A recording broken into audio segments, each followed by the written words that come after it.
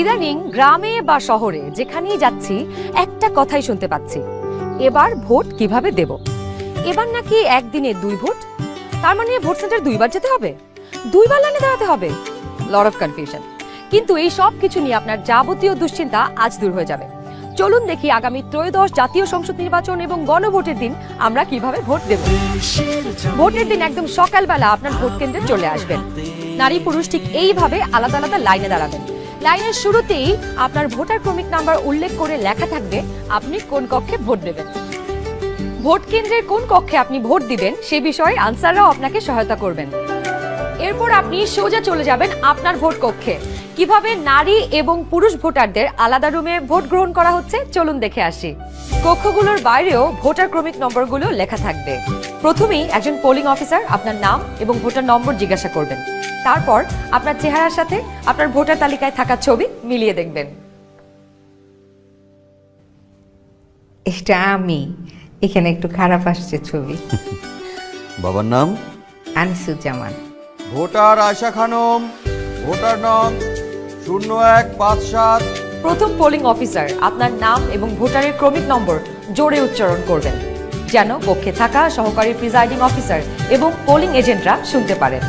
এরপর দ্বিতীয় polling officer আপনার আঙুলে অমোচনীয় কালি লাগিয়ে দেবেন। তারপর আপনি চলে যাবেন সহকারী প্রিজাইডিং অফিসারের টেবিলে। প্রিজাইডিং অফিসার আপনার ভোটার নাম্বার লিখে আপনাকে 2টো ব্যালট পেপার দেবেন। জানি এবার গণভোটের জন্য গোলাপি ব্যালট, আর সংসদ সদস্য নির্বাচনের জন্য সাদা কালো ব্যালট। বাহ! ব্যালট পেপার নেবার সময় আপনাকে স্বাক্ষর করতে হবে। আপনি চাইলে টিপসই দিতে পারেন।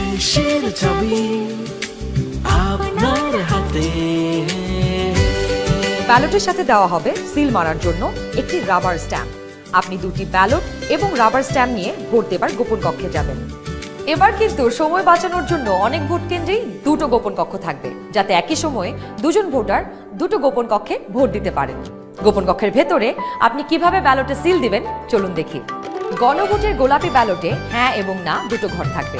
সংস্কার বা পরিবর্তন চাইলে হ্যাঁতে সিল মারুন। গণভোটে আপনি হ্যাঁ দিলে সবগুলো সংস্কার পাবেন, আর না দিলে কোনো সংস্কারই পাবেন না। এরপর ব্যালটটি লম্বালম্বি ভাঁজ করুন যেন সিলের রং অন্য ঘরে না পড়ে। এরপর আড়াআড়ি ভাঁজ করুন। সংসদ সদস্য নির্বাচনের জন্য সাদা কালো ব্যালটটিতে থাকা আপনার পছন্দের ব্যক্তি বা দলের মার্কায় সিল মারুন। সিলটি কিন্তু নির্ধারিত ঘরের বাইরে যাওয়া যাবে না। মার্কার বাইরে সিল পড়লে আপনার মহামূল্যবান ব্যালটটি বাতিল হয়ে যাবে। সিল মারার পর এই ব্যালটটিও প্রথমে লম্বালম্বি ভাঁজ করুন যেন সিলের কালি অন্য মার্কায় না লাগে। এরপর আড়াআড়ি ভাঁজ করুন। এবার গোপন কক্ষ থেকে বের হয়ে স্ট্যাম্পটি সহকারী প্রিজাইডিং অফিসারকে ফেরত দিন এবং একই ব্যালট বক্সে 2টি ব্যালট পেপার ফেলুন। ব্যাস হয়ে গেল একদিনে 2 ভোট। একদম সহজ, তাই না? তাহলে নিশ্চিন্তে ভোটের দিন চলে আসুন আপনার ভোট কেন্দ্রে আর ভোট দিয়ে বুঝে নিন দেশের মালিকানা, দেশের চাবি আমাদের হাতে।